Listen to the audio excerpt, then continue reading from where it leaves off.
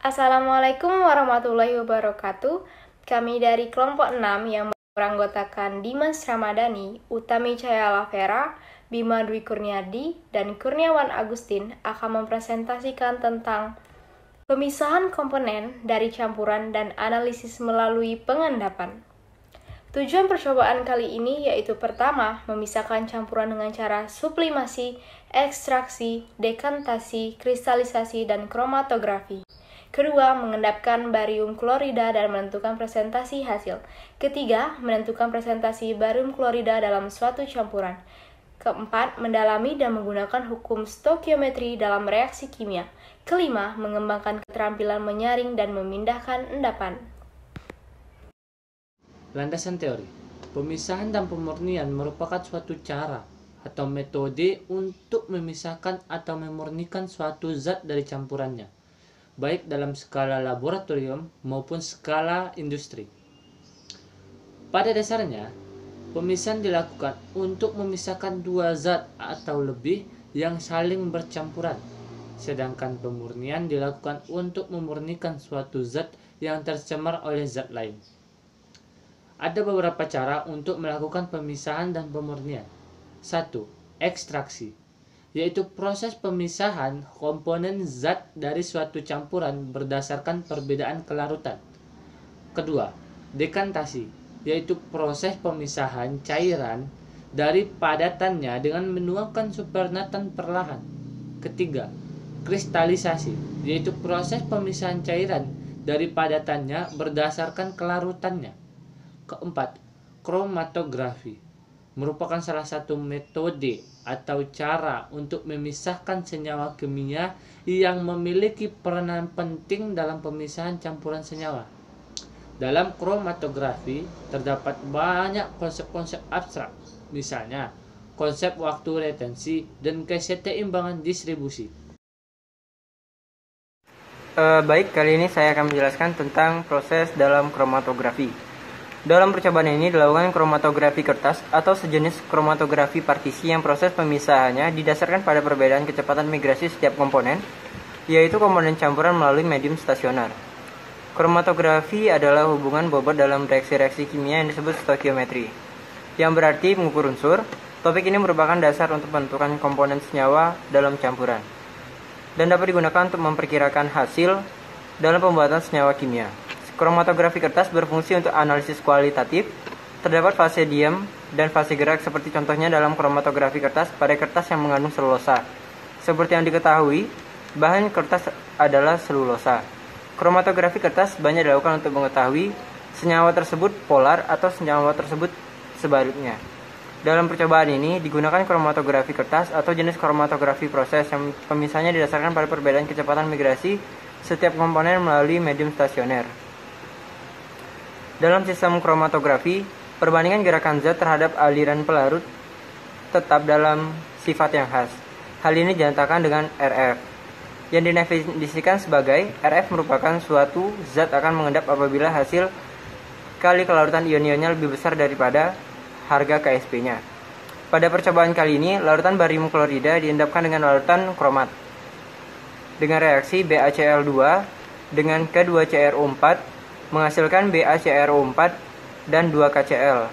Endapan barium kromat disaring dan kemudian hasil teoritis barium kromat dihitung dari endapan yang berbentuk.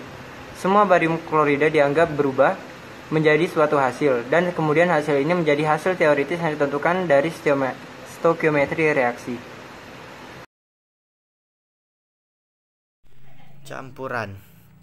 Campuran adalah gabungan dua zat atau lebih yang masing-masing mempunyai sifat zat asalnya dengan komposisi tidak tentu dan dapat dipisahkan secara fisika. Pada umumnya, campuran digolongkan sebagai materi heterogen, artinya tidak seluruh bagian materi ini mempunyai sifat yang sama. Contohnya tanah, pasir, batu, granit, dan kayu. Contoh 1. Larutan. Contohnya larutan padat, misalnya kuningan dan perunggu. 2. Koloid. Contohnya susu, tinta, santan, dan lain-lain. 3. Suspensi. Contohnya air sungai yang keruh. Dalam proses pemisahan dan campuran, dalam campuran terdapat dua macam campuran. Yang pertama adalah campuran homogen dan campuran heterogen. Campuran homogen merupakan campuran yang memiliki komposisi serba sama di seluruh bagian volumenya, seperti contohnya air dan garam. Molekul air memiliki kutub yang tetap, yaitu atom H sebagai kutub positif dan atom O sebagai kutub negatif. Dan garam memiliki rumus molekul yaitu NaCl, di mana Na yang positif dan Cl-nya yang negatif. Sehingga kita dapat melarutkan garam ke dalam air, sehingga garam akan terlarut ke dalam air dan partikel garam tidak akan terlihat di dalam air. Dan di dalam air, garam membentuk ion-ion bebas yang mengikat ion-ion air, sehingga partikel garam tidak dapat terlihat di dalam air dan maupun sebaliknya. Campuran homogen memiliki ciri-ciri sebagai berikut, yaitu memiliki partikel penyusun antara satu dan yang lainnya yang tidak dapat dibedakan, memiliki persamaan rasa dan warna, memiliki tingkat konsentrasi yang sama, dan zat yang tercampur memiliki perbandingan yang sama, dan dapat berwujud berupa zat, cairan, dan padatan. Pemisahan campuran tidak bisa dilakukan dalam proses mekanis, tetapi dapat dilakukan melalui proses yang lebih sulit, yaitu seperti distilasi. Campuran heterogen.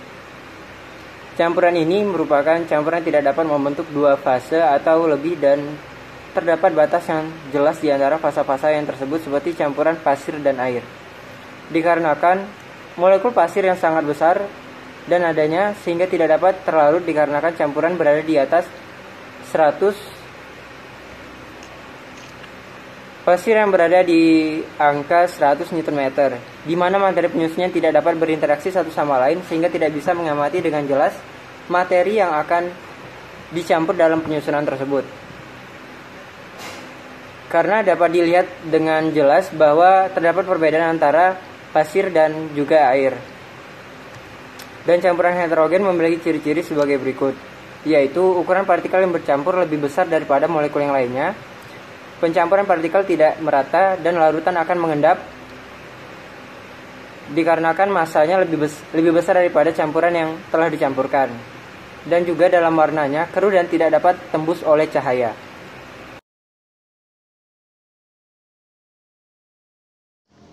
Beberapa cara dalam campuran. 1. Filtrasi. Penyaringan atau filtrasi adalah cara pemisahan berdasarkan perbedaan ukuran partikel komponen campurannya. Kedua, penyaringan. Penyaringan. Cara ini biasanya digunakan untuk memisahkan senyawa-senyawa organik dari campuran. Ketiga, sublimasi. Sublimasi adalah cara pemisahan campuran berdasarkan perubahan wujud dari zat padat menjadi gas dan sebaliknya. Kromatografi gas cairan. Kromatografi merupakan metode fisika untuk pemisahan di mana komponen-komponen yang akan dipisahkan didistribusikan antara dua fasa. Salah satunya merupakan lapisan stasioner dengan permukaan yang luar, dan fasa yang lain berupa zat alir atau fluid yang mengalir lambat atau perkolasi menembus atau sepanjang lapisan stasioner itu. Alat dan bahan pemisahan komponen campuran. Pemisahan dilakukan dengan dua cara. Pertama, pemisahan dengan cara konvensional. Alat-alatnya yaitu cawan penguap, timbangan, pembakar bunsen, pengaduk, dan kaca arloji. Dengan bahan-bahan NH4Cl dengan massa 0,1 gram, NaCl dengan massa 0,1 gram, SiO2, dan air atau aqueous. Kedua, pemisahan dengan cara kromatografi. Alat-alatnya itu bejana kromatografi, kaca, gunting, kertas saring, dan pensil. Bahan-bahannya yaitu butanol, asam asetat, air, dan tinta hitam. Alat dan bahan analisis pengendapan. Presentase hasil barium klorida dalam campuran. Alat dan bahan.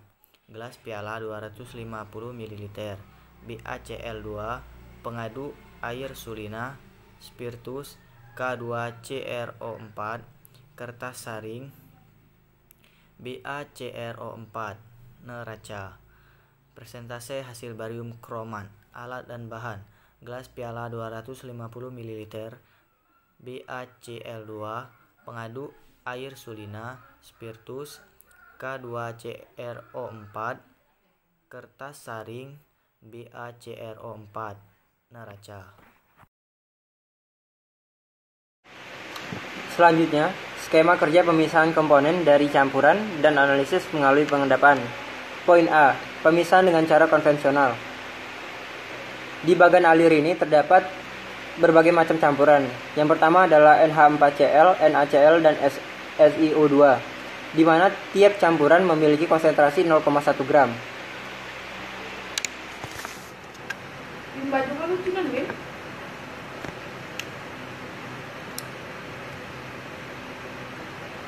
Setelah semua bahan disiapkan, kemudian siapkan cawan penguap untuk peletakan medianya dan letakkan masing-masing bahan di dalam cawan penguap.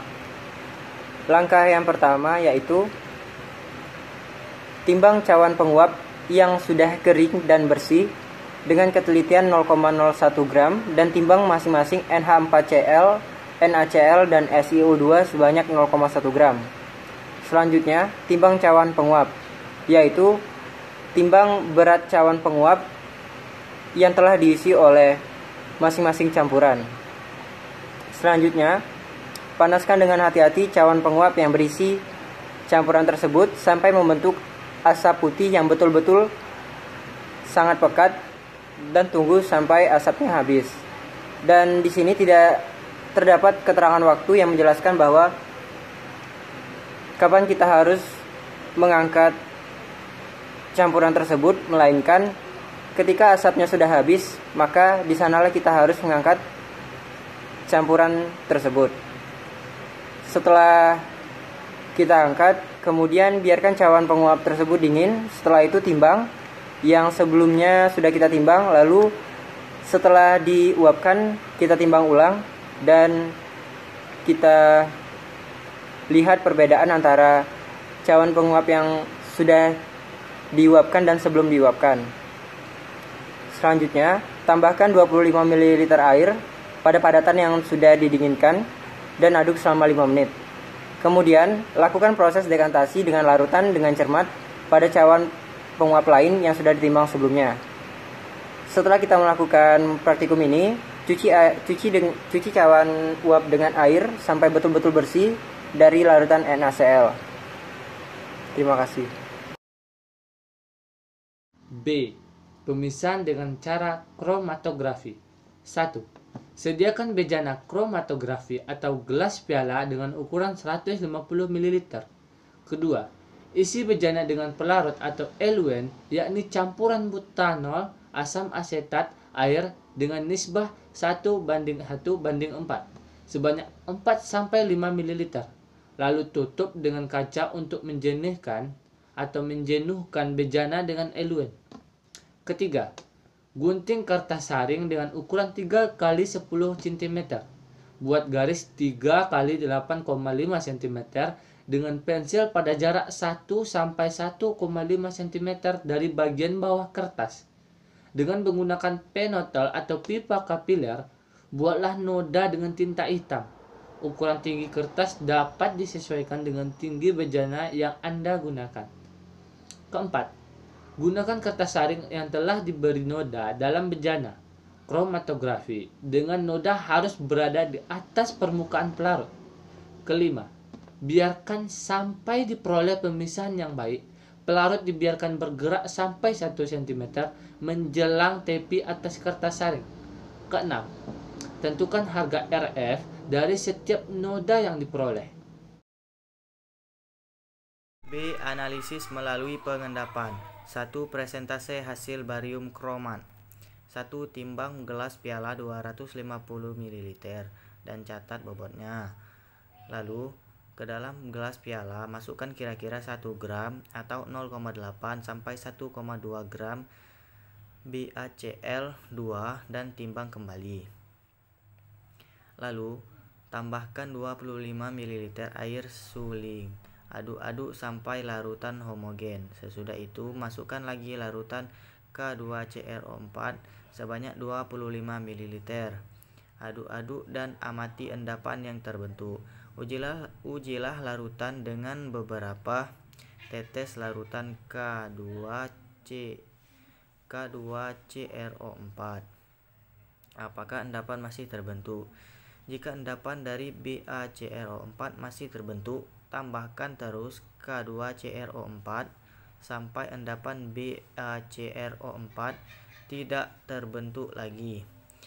Panaskan sampai mendidih, alihkan dari api dan saring dengan kertas saring Whatman yang bobotnya telah diketahui. Lalu ambil kertas saring serta endapannya, keringkan, timbang, lalu catat bobotnya. Hitung hasil teoritis endapan BaCrO4 dan tentukan juga persen hasil. 2. Persentase barium klorid dalam campuran. 1. Dapatkan suatu campuran yang mengandung barium klorida. Catat bobotnya. Lalu hitung prosedur A. Selanjutnya hitunglah massa barium klorida dalam campuran itu. Carilah persentase barium klorida dalam. Baiklah, kesimpulan percobaan kali ini yaitu pertama, pemisahan dilakukan untuk memisahkan suatu campuran yang ada dengan berbagai cara seperti ekstraksi, dekantasi, kristalisasi, dan kromatografi. Kedua, kromatografi digunakan agar dapat mengetahui zat-zat apa saja yang diidentifikasikan dalam suatu campuran. Ketiga, dalam perhitungan presentasi hasil endapan, NH4Cl, NaCl, dan SiO2 menggunakan rumus persen bahan yang terpisahkan sama dengan gram zat yang terbentuk per gram sampel dikali 100% sama dengan.